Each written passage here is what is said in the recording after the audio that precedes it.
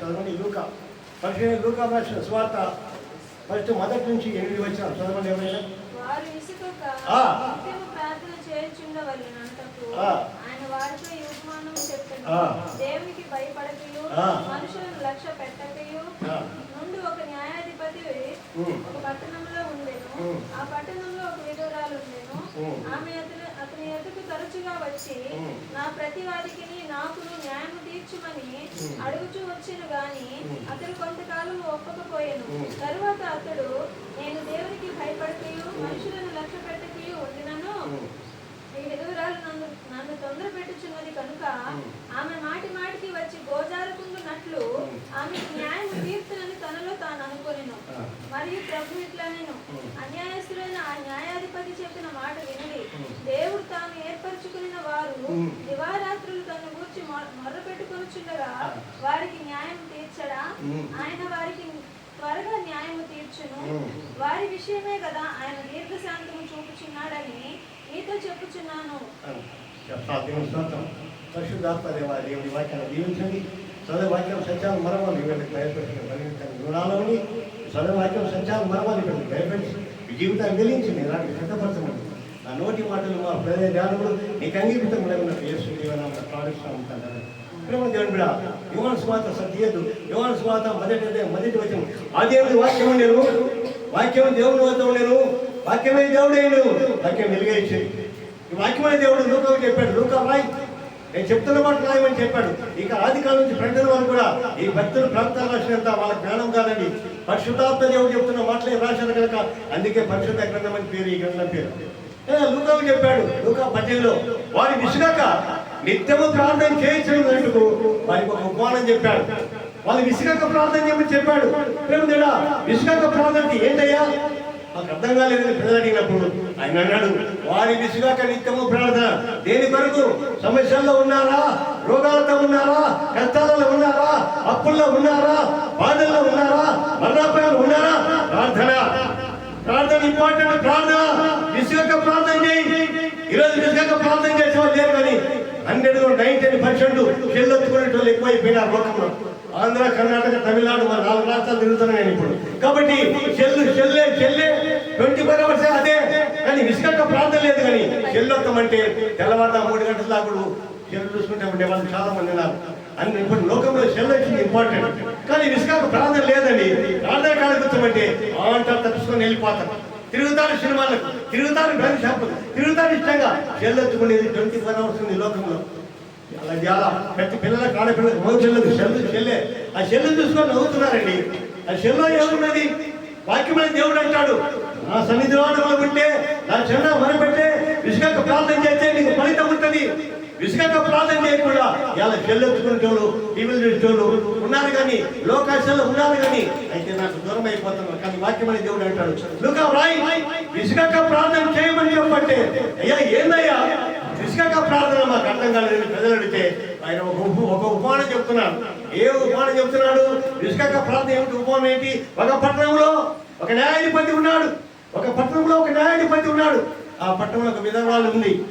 ఆ ఇంటి పక్కన కుక్కమైన కోడిమైన వాదన చేస్తే ఆమె న్యాయాధిపతికి అయ్యా నాకు న్యాయం చేస్తామంటే ఆమె ఆ యొక్క న్యాయాధిపతి ఎలాంటి వాడు దేవుడికే భయపడు, ప్రజలు లెక్క చేయడు. విధులను లెక్క చేస్తాడా? రేపు రాపో, ఎప్పుడు వెళ్ళే రేపు రాపో, ఎప్పుడు వెళ్ళి రేపు రాపో అంటాడు. పట్టణంలో న్యాయాధిపతి దేవునికి భయపడిన వాడు, ప్రజలు లెక్క చేయని వాడు. విధాలు పోయి న్యాయం తీర్చయ్యా, నా ఇంటి పక్కన పట్టణానికి వస్తున్నారు అని చెప్పి అడిగితే కుక్కమైన కోడిపోయిన బాధగా పెద్ద దెబ్బలాటలు. కానీ న్యాయం తీర్చమని న్యాయాధిపతికి అడిగిపోతే న్యాయాధిపతి అంటాడు రేపు రాపో, ఎప్పుడు పోయి రేపు రాపో. అవి తిరుగుతా ఉంది కానీ మానక లేదండి. ఒక 6 నెలలు కాదు, సంవత్సరం కాదు, ఎంతకాలం తిరిగిందో ఆమె విసుగాక పోతనే ఉంది. తెల్లవారికి పోయి వారికి ముందే నిలబడుతుంది న్యాయాధిపతి ఇంటి ముందు. వాడికి దేవునికి భయపడి న్యాయాధిపతి దేవునికే భయపడు, ప్రజలను లెక్కయ్యాడు. విధానం లెక్క చేస్తాడా? రేపు రాపో న్యాయం తీరుతా, రేపు రాపో అంటాడు. ఈమె తిరుగుతా ప్రజలు ఆప్షెట్ లేకుండా పోతానండి. తెల్లవారికి వాటి ముందే నిలబడుతుంది విధవరాలు. ఆ దేవునికి భయపడింది దుర్మార్గుని న్యాయాధిపతికి తలుపు తెరిచేకే తెల్లవారి ఉంటుంది. ఈమె రోజు రాబట్టింది ఈ విధవరాలు. అబ్బాయి ఈ తలనొప్పి పెద్దదే అయిపోయిందని వానికి దేవునికి భయపడి న్యాయాధిపతి మనుషులను లెక్క చేయడు, దేవునికి భయపడి దుర్మార్గుడు కదా. ఆ దుర్మార్గుడు కొంత విసుగొచ్చింది. ఈమె తెల్లవారికి వాటి ముందు ఉంటుంది.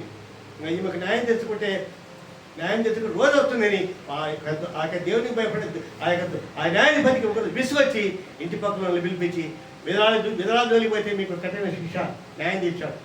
ఆమె ఏం చేసింది? వెంటనే వెళ్ళిపోతుంటే ప్రభు అన్నాడు, వాడు దేవుడు దుర్మార్గుడు న్యాయాధిపతి.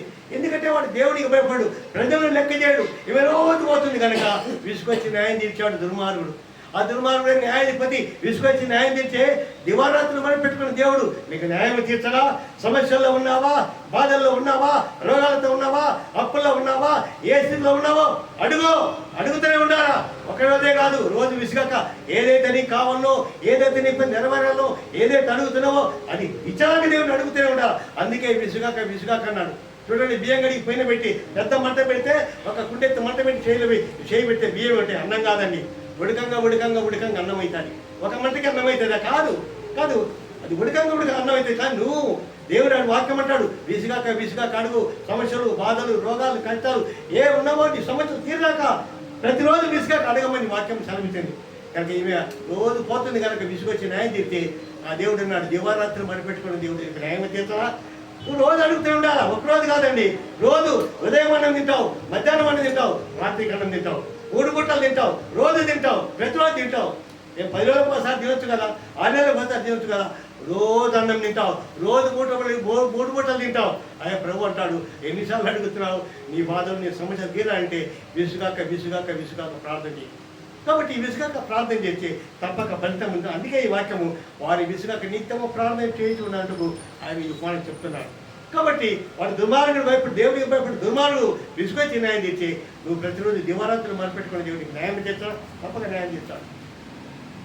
దేవుడి బిడ్డ ఒక ముసలమ్మ దారిమ్మడి వెళ్ళిపోతుంటే ఒక ద్రాక్ష తోట కనపడినప్పుడు ఆ తోటకెళ్ళి చూస్తుంటే ఆ తోటకాడ కూర్చున్న యజమాని, అవ్వా ఏం కావాలో తోటకెళ్ళి చూస్తున్న పండ్ల చెట్టు కింద రాయిపోయిన ఏం పెట్టినా తిరుగుంటా పోతాడన్నమాట. వద్దు, ఇంటిపై గంపదేశగా పో, చెట్టు కింద మీరు ఏం పెట్టమంటే గంపదేశగా పోన్నాడు. అని ఆశతో ఇంటిపై గంప తెస్తే ఈ చెని కట్టే కూర్చోమని గంప తీసుకొని చేయలేకపోయాడు. ఆ యొక్క తోట యజమాని పోయాడు కానీ రాలా, తిరుగుతున్నాడు రాలా. అర్ధగంట అయింది, ఏంది యజమాని ఎవరికి ఇంకా రాలేదని. గంట అయింది, ఇంకా రాలేదనుకుంటుంది. గంటన్నర అయింది, వీడు మోసం చేశాడు. నాకు అన్ని పెట్టమంటే గంప తెచ్చుకోమన్నాడే, ఏది తోటలో ఉన్నాడా గంప వాడికి వెళ్ళిపోయాడని. ఇంకా చూస్తూ ఉంది. గంట అయింది, గంటన్నర అయింది. ఆఖరి కొనగడకు మొదలుపెట్టింది. 2 గంటలు అయింది. ఆఖరి తిట్టడం కూడా మొదలుపెట్టింది. ఆ తోటంతా తిరిగి 2 గంటలప్పుడు గంపంటే గెలలు ఎత్తుకొని వచ్చాడు. అవ్వా బాధపడ్డావా? లేదు నాన్న.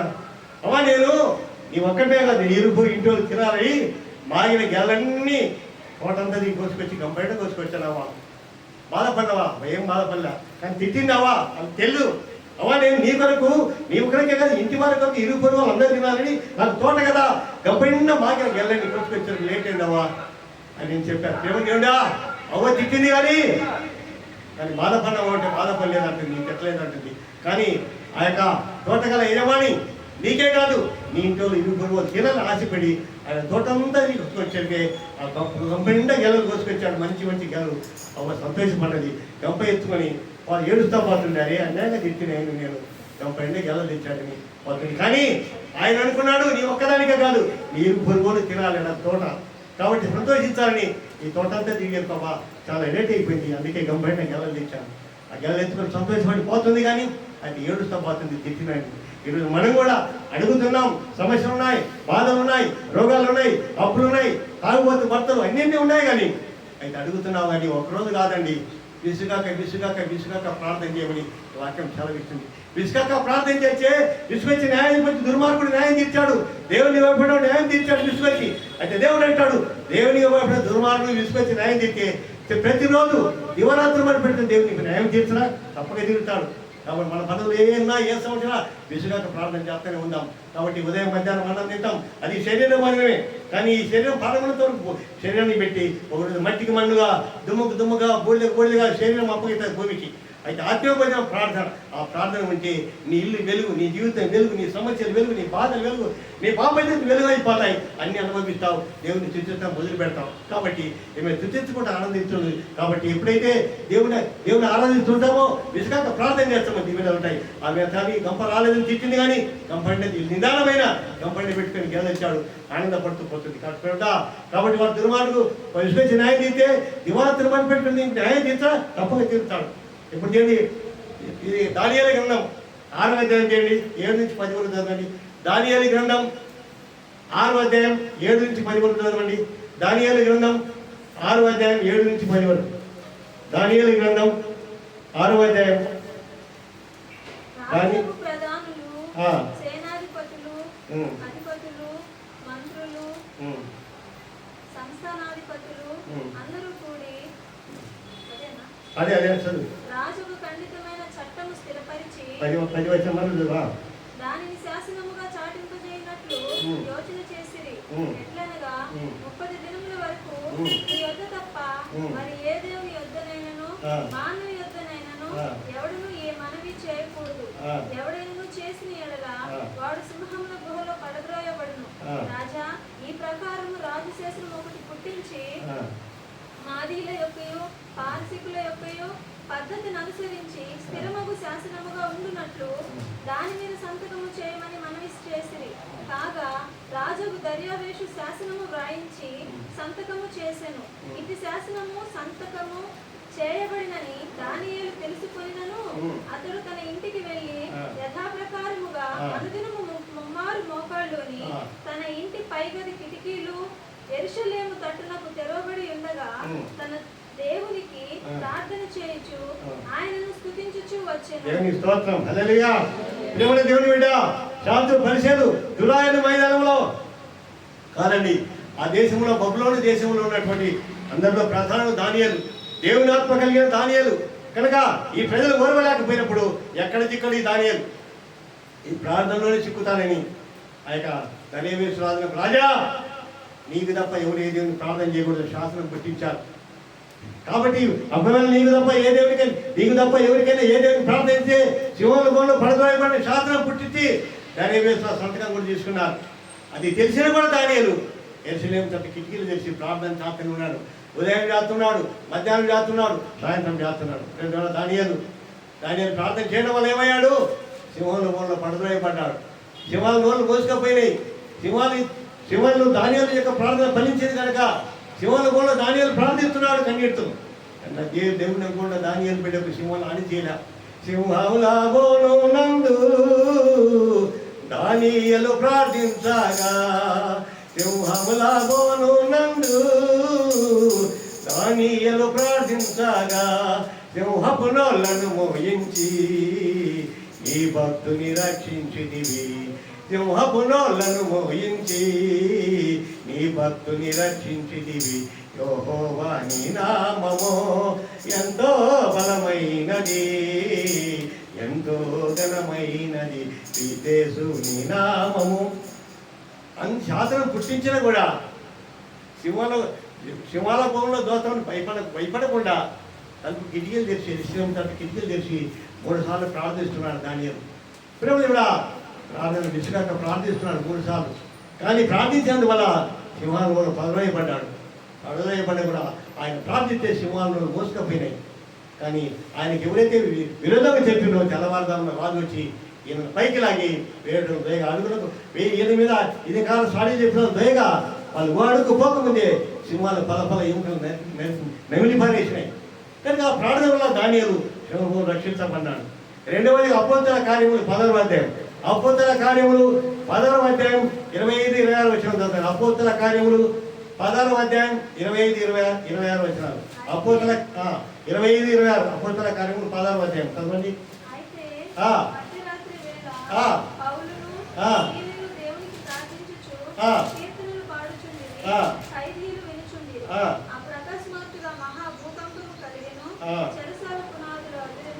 వెంటనే తలుపులన్నీ తెరుచుకొనెను.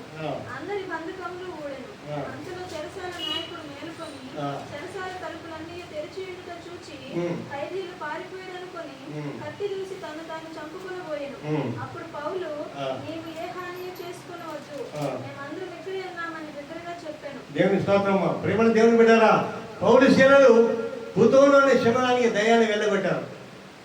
గ్రామం సాగిళ్ళు పెట్టి బెత్తలతో రక్తాలు కారదాక కొట్టి వాళ్ళ శరసాలకు అప్పగించారు పౌలు శీలలను. భూతంలోని చిన్నది దయ్యం బట్టి అనేక స్వది సంపాదించుకుంటే ఇలా గడగడ కొనుకుతుంది. దేవుని దాసులు మీరని ఏ శ్రమ లేని భూతం చిన్న దయ్యం వెళ్ళిపోయిందో సంపద పోయింది. వీళ్ళు రోమీలు వీళ్ళు యూదుల ఇండి మన పూర్ణాచారాన్ని మన పట్టణంలో వెలుగులించాలని చెప్పినప్పుడు యావ పెద్దలు స్వామిలో బట్టలు ఊడదీసి రక్తాలు కాళ్ళగా కొట్టారు. అలా శరసాలకు అప్పగించారు.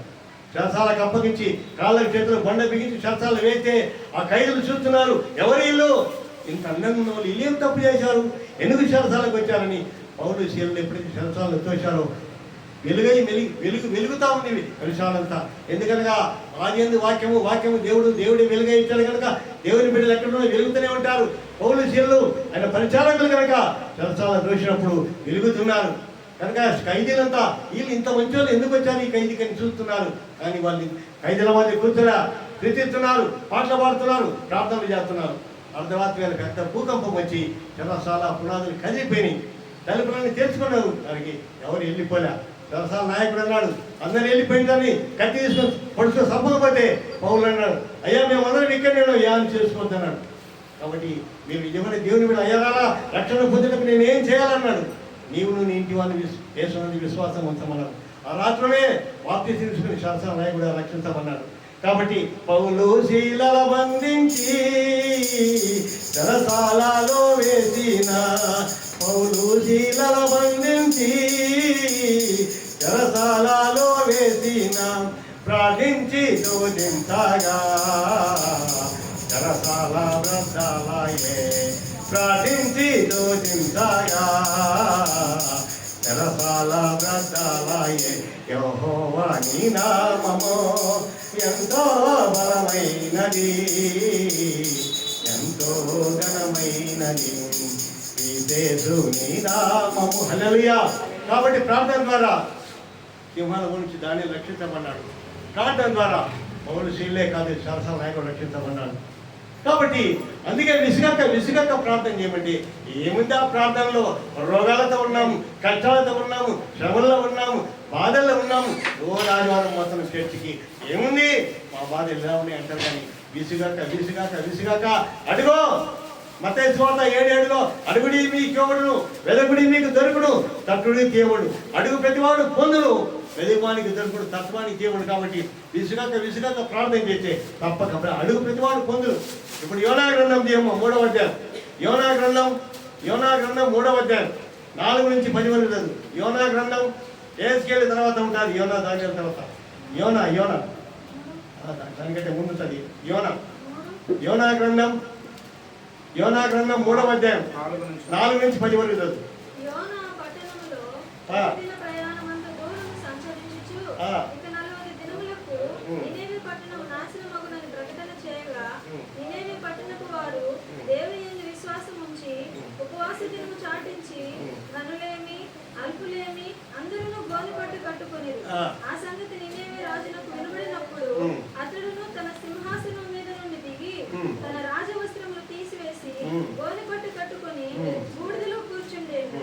మరియు రాజు అయిన తానును ఆయన మంత్రులను ఆజ్ఞ ఇయ్యగా ఒకవేళ దేవుడు మనసు త్రిప్పుకొని పశ్చాత్తాప్తుడై మనము లయము కాకుండా తన కోపాగ్ని చల్లార్చుకొను గనుక మనుషులు ఏది పుచ్చుకొనకూడదు, పశువులు గాని ఎద్దులు గాని గొర్రెలు గాని మేత మేయకూడదు, నీళ్లు త్రాగకూడదు. మనుషులందరూ తమ దుర్మార్గములను విడిచి తాము చేయ బలత్కారమును మానివేయాలను. మనుషులేమి పశువులేమి సమస్తమును గోనెపట్టు కట్టుకొనవలెను. జనులు మనఃపూర్వకముగా దేవుని వేడుకొనవలెను అని దూతలు నినేవే పట్టణంలో చాటించి ప్రకటన చేసిరి. ఈ నినేవే వారు తమ చెడు నడుపులను మానుకొనగా వారు చేసిన క్రియలను దేవుడు చూచి పశ్చాత్తాప్తుడై వారికి చేయదునని తాను మాట ఇచ్చిన కీడు చేయక మానలేదు. దేవుని స్తోత్రం. హల్లెలూయా. దేవుని బిడ్డ నినేవే పట్టణానికి పోమంటే యోనా తప్పిపోయి ఓడెక్కాడు. దేవుని మాట తిరస్కరించాడు. కానీ ఓడ తల్లకిందులు అయిపోయింది. అప్పుడు యోనాను సముద్రంలో వేగా షాపు కడుపు ఏడుస్తూ ఉన్నాడు. ఓ దేవా, నేను నువ్వు చెప్పిన మాట నేను కూడా తప్పిపోయి ఓడెక్కానయ్యా, కాబట్టి నన్ను క్షమించు. పాతాళ గర్భంలో చాప కడుపులోనే ఉన్నాను, నన్ను రక్షించు ఏడుస్తున్నాడు. దేవుడు చెప్పి నినేవే పట్టణంలో పాపం ఎక్కువైపోయింది, పో ఆ పట్టణంలో స్వాత ప్రకటించమంటే నినేవే పట్టణం పోయింది మానుకొని యోనా తర్షీషుకు ఓడెక్కాడు. పడవలో ఉన్నా కూడా తుఫాను చెలరేగినప్పుడు ఎవరి ద్వారా వచ్చిందని సీట్లు వచ్చాయి. యోనా ద్వారా వచ్చింది. యోనా ఏమంటే అయ్యా దేవుడు చెప్పిన మాట కూడా నేను ఈ దేశానికి వెళ్తాను. ఏం చేయాలంటే నన్నెత్తి సముద్రంలో వేయమన్నారు. సముద్రం వేయకుండా రక్షించాలని ప్రయత్నం చేశారు, కుదరలేదు. కానీ ఆఖరి సముద్రం వేగా ఒక పెద్ద చేప వచ్చి మింగింది. చేప కడుపులో అప్పుడు ఏడుస్తున్నాడు యోన. ఏడుస్తా ఉన్నాడు, దేవా అది తప్పైపోయింది, నీవే పట్టని ఒక దర్శించిపోయి వడనిచ్చాను, నన్ను కాపాడు, రక్షించు, పాతాళ గర్భంలో ఉన్నాను, ఏక సముద్రంలో చేప కడుపులో ఉన్నానయ్యా, రక్షించు ప్రార్థన ఏడుస్తున్నాడు. కాబట్టి ప్రేమ దేవుడా యోన ప్రార్థన దేవుడు కనికరపడ్డాడు. మత్తయి సువార్త 5వ అధ్యాయము 4వ వచనంలో దుఃఖపడేవారు ధన్యులు, వారు ఓదార్చబడరు. మత్తయి సువార్త 5వ అధ్యాయం 4వ వచనం, దుఃఖపడేవారు ధన్యులు, వారు ఓదార్చబడరు. దేవుడు చెప్పిన మాట తిరస్కరించిన యోన చేప కడుపులో సముద్ర పాతాళ గర్భంలో ఉన్నాడు. అక్కడ ఏడుస్తున్నాడు, దుఃఖపడి ఏడుతున్నాడు. దుఃఖపడిన వాడిని దేవుడు రక్షించే దేవుడు. 3 రాత్రులు యోనా చేప కడుపుల నివసించగా, 3 రాత్రులు యోనా చేప కడుపుల నివసించగా, చేపకు ఆజ్ఞను ఇచ్చావు, చేపకు ఆజ్ఞను ఇచ్చావు, నినివే ఘాటున క్రకమని, చేపకు ఆజ్ఞను ఇచ్చావు, చేపకు ఆజ్ఞను ఇచ్చావు, నినివే ఘాటున క్రకమని, పరమందు తండ్రి భువికి కాపరి, పరమందు తండ్రి భువికి కాపరి, యేసయ్య నీ ప్రేమను కనలేము మానవులం, యేసయ్య నీ ప్రేమను కనలేము మానవులం. హల్లెలూయా. ఇప్పుడు యోనా లేచాడు, ఇప్పుడు వెళ్ళాడు యోనా. ఇప్పుడు నీనివే పట్టణానికి వెళ్ళి, ఓ నీనివే పట్టణ ప్రజలారా, మీ పాపము దేవుడు సహించలేకపోతున్నాడు, ఇక 40 దినములకు మీ పట్టణం అంతా నాశనం అయిపోతుంది. యోన 3 దినాలు ప్రయాణం పట్టణం అంతా తిరిగి, నేను పట్టణ ప్రజలారా, దేవుడు సహించలేకపోతున్నాడు, మీ పాపం వల్ల మీ పట్టణం నాశనం చేయబోతున్నాడు, 40 దినములకు మీ పట్టణం అంతా నాశనం అయిపోతుంది. అప్పుడు యోన 3 దినములు నడుచుకుంటూ నేను పట్టణం అంతా ప్రకటన చేస్తుంటే గడగడగడ ఉనికిపోతున్నారు. అయ్యో నాశనం అయిపోద్దని రాజు అందరూ కూడా ఉపవాసం ఉన్నారు. రాజు కూడా రాజు శాసనం దిగి రాజవస్త్రం తీసివేసి మరి అతను కొన్ని పట్ట కట్టుకున్నాడు. అయ్యా అనుకులేమి గనులేమి అందరూ కూడా ప్రతి ఒక్కరు కూడా ఉపవాసంలో ఉన్నారు. పశువులు కానీ సంవత్సరం ఉపవాసమే. మరి మనుషులు ఎవరు కూడా అన్నం తినకూడదు, నీళ్లు తాగకూడదు, పశువులు గడ్డి మేయకూడదు, నీళ్ళు తాగకూడదు. ఉపవాసం అండి కన్నీటితో ప్రార్థన చేద్దాం. మన పాపము మన పాపంలో నాశనమైపోయి మన పట్టణమని అందరూ ఉపవాసం ఉన్నారు. ప్రార్థనలు చాతున్నారు. ఏడుస్తా ప్రార్థన చేశాడు. దుఃఖంతో ఏడ్చిన ప్రార్థన ఫలించింది కనుక అందుకే దుఃఖపడేవాడు ధన్యులు, వారు ఓదార్చబడరు.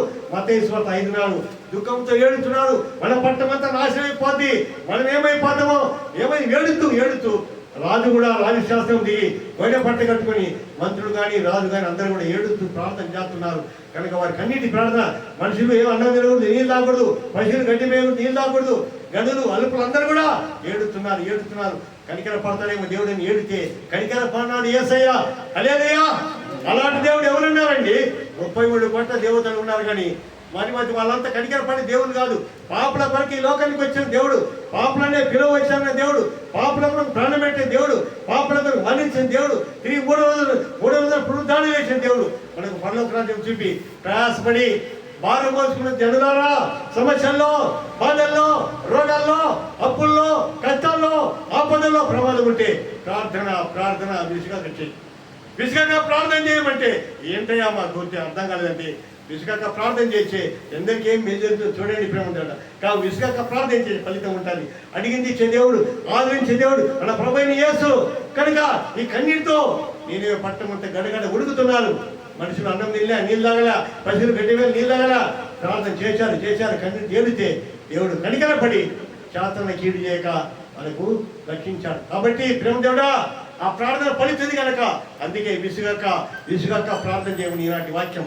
విసుగక ప్రార్థన చేసే ఫలితం ఉంది. ఈ సమస్యలు ఈ బాధలు తీరిపోతాయి. ఏ మానవుడు తీర్చలేడు, ఏ దేవుడు కూడా తీర్చలేడు. 33 కోట్ల దేవతలు భూమండలం మీద ఉన్నాయి. దేవుడు కూడా తీర్చలేదు, కానీ యేసయ్య ఒక్కడే తీర్చే దేవుడు. అందుకే మత్తయి సువార్త 7లో అడుగుడి మీకు ఇవ్వను, వెదకుడి మీకు దొరుకును, తట్టుడి తేమను, అడుగు ప్రతివాడు పొందును, వెదుగువానికి దొరికి ఇచ్చే దేవుడు కనుక విసుగక ప్రార్థన చేద్దాం. ఇప్పుడు లూకాసు సువార్త 22 అధ్యాయం 44 వచనం చదువు. లూకాసు వార్త 22 అధ్యాయం 44 వచనం. లూకాసు వార్త 22వ అధ్యాయం 44 వచ్చిన. ఆయన వేదన పడి ఆ. మరింత ఆతురముగా ప్రార్థన చేయగా ఆ. ఆయన చెమట నేల పడుచున్న గొప్ప రక్త బిందువుల వలె ఆయను. ఆయన ప్రార్థన చాలించి లేచి ఆ. తన శిష్యుల ఎదుగు వచ్చి ఆ. వారు దుఃఖము చేత నిద్రించుట చూచి ఆ. మీరెందుకు నిద్రించుతున్నారు, ఆ. శోధనలో ప్రవేశించకుండానట్లు ఆ. లేచి ప్రార్థన చేయుడని వారితో చెప్పాను. దేవుని స్తోత్రం. హల్లెలూయా. ప్రేమ దేవుడా, ఆయన ఏడుస్తూ ఏడుస్తూ ఏడుస్తూ ప్రార్థన. ఎందుకండి ఆయన బ్రతకలేకనా? సర్వలోక మానవుల పాపాలు కొరకై ఆయన ఏడుస్తున్నాడు. చెమట కారి కారి కారి రక్తంగా మారిపోయేలాగా ఏడుస్తున్నాడు. ఆ లోకరక్షకుడు ప్రార్థన చేస్తున్నాడండి. లోకరక్షకుడు సర్వలోక మానవుల కొరకై వచ్చాడు కనుక అందరికి బదులుగా వాళ్ళందరికీ బదులు ఆయన ఒక్కడే సెలవుకి అప్పగించబడ్డాడు. కానీ ఎంతమంది మానవులు ఏడుస్తున్నాడు. చెమటను కారి కారి రక్తం బిగులుగా మనతో ఏడుస్తున్నాడు. లోకరక్షకుడే ప్రార్థన చేస్తే మనం ప్రార్థన చేయకపోతే మనం ఏమవుతాము? కాబట్టి ప్రేమ దేవుడా, విసుగాక విసుగాక ప్రార్థన వాక్యం చదివిస్తుంది. అదే లూకాసు వార్త 21వ అధ్యాయం 34-36 వచ్చిన. లూకాసు వార్త 21వ అధ్యాయం 34 నుంచి 36 వచ్చినారు. మీ హృదయములు అదే అదే అదే చదువు. మీ హృదయములు ఒకవేళ ఆ. తిండి వలనను ఆ. మత్తు వలనను ఆ. ఐహిక విచారము వలనను మందముగా ఉన్నందున ఆ. ఆ దినము అకస్మాత్తుగా మీ మీదికి గురి వచ్చినట్లు ఆ. రాకుండా మీ విషయమై మీరు జాగ్రత్తగా ఉండుడి. ఆ. ఆ దినమును భూమి అంతట నివసించి వారందరి మీదికి ఆ. అకస్మాత్తుగా వచ్చును. ఆ. కాబట్టి ఆ. మీరు జరగబోవు వీటి నెలను ఆ. తప్పించుకొని ఆ. మనిషి కుమారుని ఎదుట ఆ. నిలువబడుటకు ఆ. శక్తి గల వారగునట్లు ఆ. ఎల్లప్పుడూ ప్రార్థన చేయించు అలే. మెలకుగా ఉండుడని చెప్పాను. హల్లెలూయా. ప్రార్థన ప్రార్థన ప్రార్థన దానియేలు చేశాడు, ఓనిషేలు చేశాడు, మరి మా తల్లి నినివే పట్టణం వారు చేశారు. అక్కడ లోక రక్షకుడు కూడా ఏం తక్కువైందండి? మన పాపల కొరకై చెమట బిందు రక్తంగా మారుతూ ప్రార్థన చేశాడు. మీరు తిండి వల్ల ఈ లోకం వల్ల మత్తులు కాకుండా విసుగాక విసుగాక ప్రార్థన సాగుతుంది. మనకి ఇలాంటి ప్రార్థన, ఇలాంటి వాక్యము విసుగాక. ఎందుకని మాకు ప్రార్థన? అన్నీ ఉన్నాయి, మాకు డబ్బులు ఉన్నాయి, వెండి బంగారు పట్టుచీరలు ఉన్నాయి, కానీ అయితే యేసయ్య ఉన్నాడా నీ బ్రతుకులో? యేసు లేకపోతే ఎన్ని ఉన్నా సున్నే. అన్నీ ఉన్నాయి కానీ యేసు లేకపోతే ఇన్ని ఉన్నా సున్నే. ధనధాన్యములు ఉన్నాయి, మిద్దెల మేళ్ళు ఉన్నాయి, బంధువులు ఉన్నారు, అందరూ ఉన్నారు, అన్నీ ఉన్నాయి కానీ అయితే నీకు ధనధాన్యం ఉన్నంత సమర్థం ఆయన ఇచ్చాడు. తల్లి గర్భం వచ్చినప్పుడు ఏమైనా తెచ్చావా? నువ్వు దిగంబరిగా వచ్చావు ఈ లోకానికి. నడువలు కాళ్ళు ఇచ్చింది ఆయనే, చేతులు ఇచ్చింది ఆయనే, కన్నులు ఇచ్చింది ఆయనే, చెవులు ఇచ్చింది ఆయనే. అది కాళ్ళతో నడిచావు, చేతులతో చేశావు, కళ్ళతో చూసావు, చెవులతో వినావు. నీ జ్ఞానంతో పనిచేసి సంపాదించుకుంటే అన్నీ నాయంటావు, నీ కాదు. అవి ప్రభు ఇచ్చిన గిఫ్టే.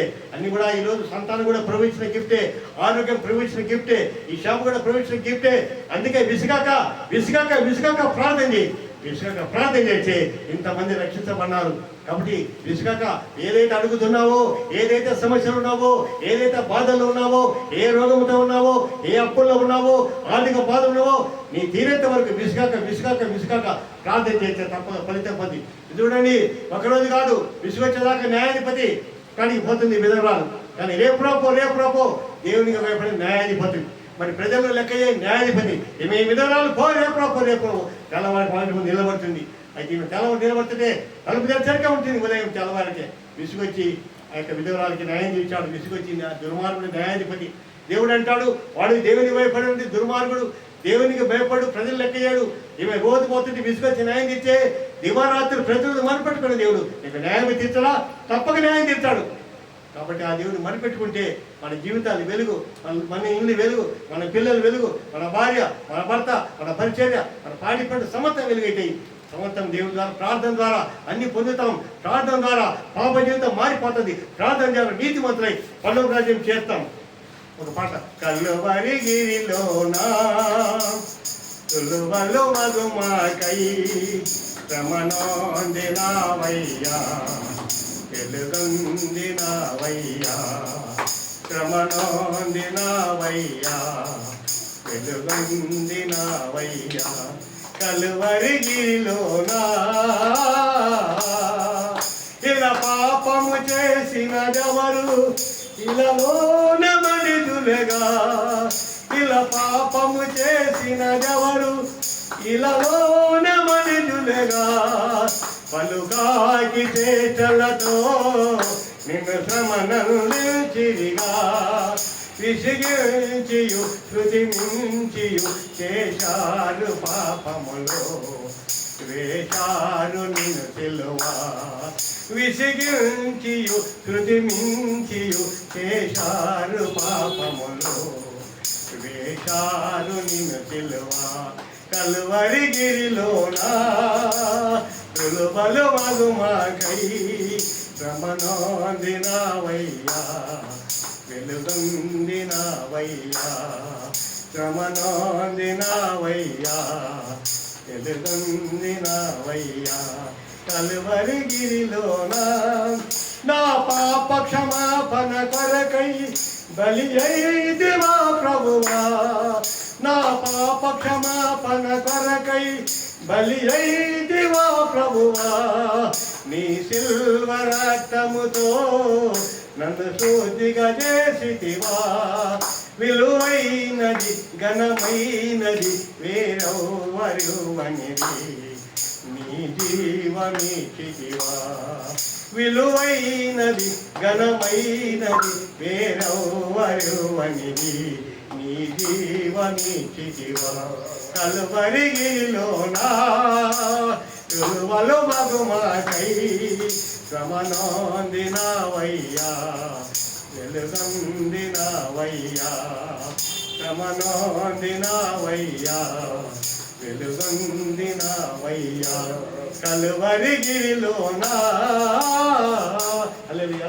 నేను ముంబైలో 17 ఉద్యోగం చేసి వచ్చాను.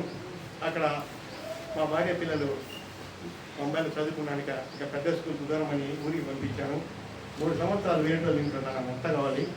భర్త పేరు ఇస్రాయల్ మామూలు కావాలి.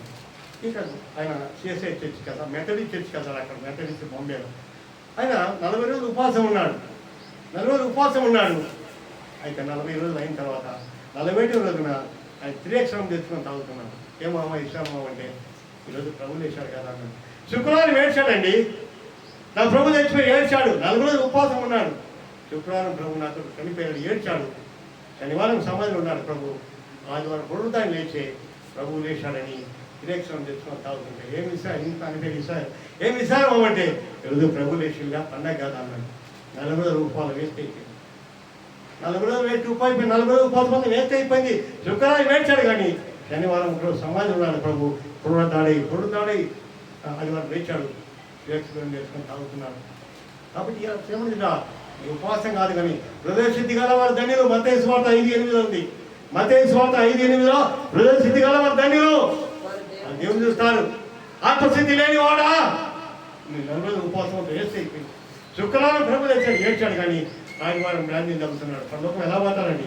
లోకమంతా 100లో 90% పాపంలో పతనమైపోతుంది. లోకం తాగుబోతులు ఉన్నారు, దొంగలు ఉన్నారు, వ్యభిచారులు చూడండి. ఎక్కడ పెట్టా అడుగడుగు బ్రాంచ్ షాపులు ఉన్నాయి, సినిమాలు ఉన్నాయి. ఈరోజు చెల్లెత్తుకుంటే ఎక్కువైనారు, ప్రార్థన లేదండి. ఎక్కడ ప్రార్థన చెప్పినా ఒంగోలు జిల్లాలో 80 ఊర్లు నేను తిరిగేది. ఒంగోలు జిల్లాలో 80 ఊర్లు. తలమల్ల, ఏలూరు, సల్లూరు, చిలమకూరు, ముగిసింతల, రామాయవారిపాలెం, బుదుకూరు పాడు, పట్లపాడు, గంగవరం, రవణారవారిపాలెం, శీరుడుపులపాడు, నల్లబోతవారిపాలెం, పత్రికూరుపాడు, తురిపెంకటాపురం, లగ్గొంజపల్లె, రామచంద్రపురం, ఉల్లసముద్రం, రుద్రసముద్రం, వరిపిడి, పెట్లూరు, పేరమెట్ల, ఒంగోలు 80 ఊర్లు తిరుగుతున్నాం ఒంగోలు జిల్లాలో. ఒక గుళ్ళ వారం ఉన్నా నేను. కానీ ప్రార్థన పెడితే అబ్బాయిలంతా పై అమ్మాయిలే కూర్చుండేది. ఏమయ్యా మీరు రారా పర్వకం అలానే నేను పెట్టారు నేతలు పై వీడు అవుతానన్నా వాళ్ళు ఎందుకన్నా తాగేది మానుకొని ప్రార్థన కూర్చోనండి. ఈరోజు ఆడోళ్ళే కూర్చున్నారు. ఒంగోలు జిల్లా 80 ఊర్లు నేను తిరిగేది. 80 ఊర్లలో కూడా స్త్రీలు మాత్రమే, పురుషులు కూర్చోడం. అంటే మీరు పరలోకం రానా ఉన్నట్టున్నారు లోకంలో. కాబట్టి లోకమంతా చెడిపోయింది కనుక లోకమంతా అతను ఐఎస్ఐ రాగడ సమీపమైంది. జనవిధికి జనము, రాజ్యవిధికి రాయి. కరువు కాటకాలు, భూకంపాలు జరుగుతాయి. కరోనా ఊరికి రాగా పాపం వచ్చింది. మన ఈసారి అకస్మాత్తుగా వస్తున్నాయి. కాబట్టి ఏమైతుందో తెలియదు. ఇప్పుడు నోడు రేపటికి లేడు. ఎలా ఆటోలో చచ్చిపోతున్నారు, పక్షవాతంలో చచ్చిపోతున్నారు, షుగర్ మీద చచ్చిపోతున్నారు, యాక్సిడెంట్లో చచ్చిపోతున్నారు. నీటి మీద బుడలాంటి జీవితం సిద్ధపడి నేడే రక్షణ అన్నాడు. ఈరోజే ఉదయం సాయంత్రం కుటుంబం ఊడిపోతామో తెలియదు కానీ నేడే రక్షణ. ఆ రక్షణ రావాలంటే విసుగాక ప్రార్థన ఉంటే సాతాను పరిగెత్తుతుందండి. మలాకీ గ్రంథం 3వ అధ్యాయం చదవండి. మలాకీ గ్రంథం 3వ అధ్యాయం 2వ వచనం. మలాకీ గ్రంథం 3వ అధ్యాయం 2వ వచనం. మలాకీ గ్రంథం 3వ అధ్యాయం.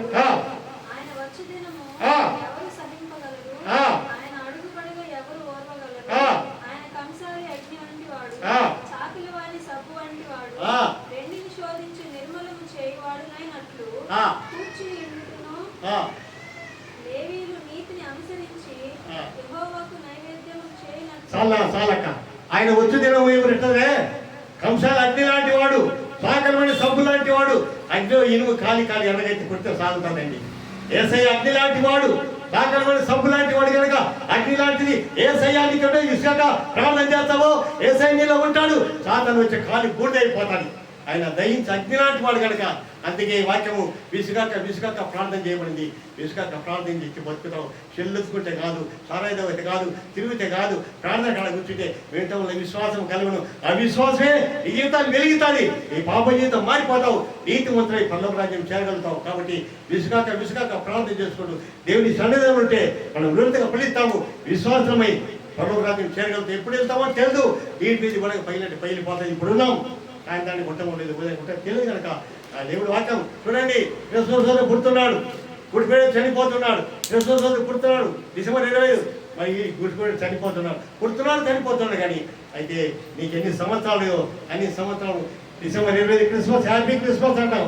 మరి కానీ గుడిపేట ఏడుస్తున్నావు మరి మొత్తాన్ని. కాబట్టి పుడుతున్నాడు, చనిపోతున్నాడు. కానీ నీకు ఎన్ని సంవత్సరాలు, అన్ని సంవత్సరాలు అని ఆయన పుట్టడం తనను చూస్తున్నావు. నీ పాప జీవితం మారకపోతే, పాత జీవితం మారకపోతే, ప్రభువులో ఉండకపోతే, విశ్వాస ప్రార్థన లేకపోతే, దయించు అగ్ని లాంటి దేవుడి మీద ఉంటే సాతాను పరిగెత్తదు కనుక విసుగాక ప్రార్థన చేయి. ఆయన దయించు అగ్ని లాంటి వాడు కనుక ఈ వాక్య ప్రకారంగా నువ్వు పల్లెలు ఉన్నా, పట్టణంలో ఎక్కడున్నా ప్రార్థన చూడండి.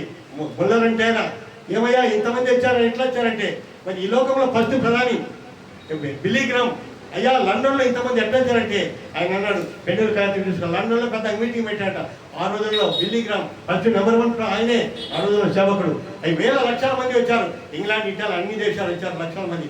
ఓ అయ్యా నీ అంటే ఇంతమంది జనాలు వచ్చారే బిల్లీ గ్రామ్ గారు అంటే నేను చెప్తా రాసుకుని ఎందుకు వచ్చారో. పెన్ను కాగితాలు తీసుకున్నారట లక్షల మంది. ఇంగ్లాండ్, ఇటాలీ, అమెరికా అన్ని దేశాలు లక్షల మంది. చెప్తా రాసుకుంటే ప్రార్థన అది రాసుకున్నారట. మళ్ళీ రెండోసారి చెప్తాడే బిల్లీ గ్రామ్ ఏం చెప్తాడబ్బా అని చూస్తుంటే ప్రార్థన. మళ్ళీ మూడోసారి చెప్తాడు రాసుకోమంటే ఈసారి ఏమని చెప్తాడు, ఏమని చూస్తే ప్రార్థన. మన మానవులే కాదండి, యేసయ్య కూడా రక్తం కారి ఆ చెమట బిందు రక్తం కాదాక ప్రార్థన చేశాడు. మన కొరకు మరణించాడు, లేచాడు. మన పరలోక రాజ్యం చూపాలి కనుక ఆ రాజ్యం చేరాలంటే విసుగాక ప్రార్థన చేస్తే మన సమస్యలు, మన బాధలు, మన రోగాలు, మన అప్పులు అన్నీ తీరిపోతాయి. మన నీతి మంత్రులు పరలోక రాజ్యం చేరగలుగుతాం. ఈ వాక్య ప్రకారంగా విసుగాక ప్రార్థన చేసి యేసయ్య మనలో ఉంటే సాతాను దూరం అయిపోద్ది, లేకపోతే సాతాను బూడిద అయిపోద్ది కనుక విసుగాక ప్రార్థన ఎప్పుడైతే యేసు నీలో ఉంటాడో ఆయన దయించి అగ్ని అనేవాడు. కనుక సాతాను వల్లనే యువకుడు తలకిందులు చేసింది. కాబట్టి సాతాను వచ్చే వల్ల రోగాలు కష్టాలు వస్తాయి. విసుగాక ప్రార్థన చేద్దాం. దేవుని బిడ్డగా జీవించి పరలోక రాజ్యం సిద్ధపడదాం. దేవుడి వాక్యాన్ని దీవించున్నాడు. ఆమేన్.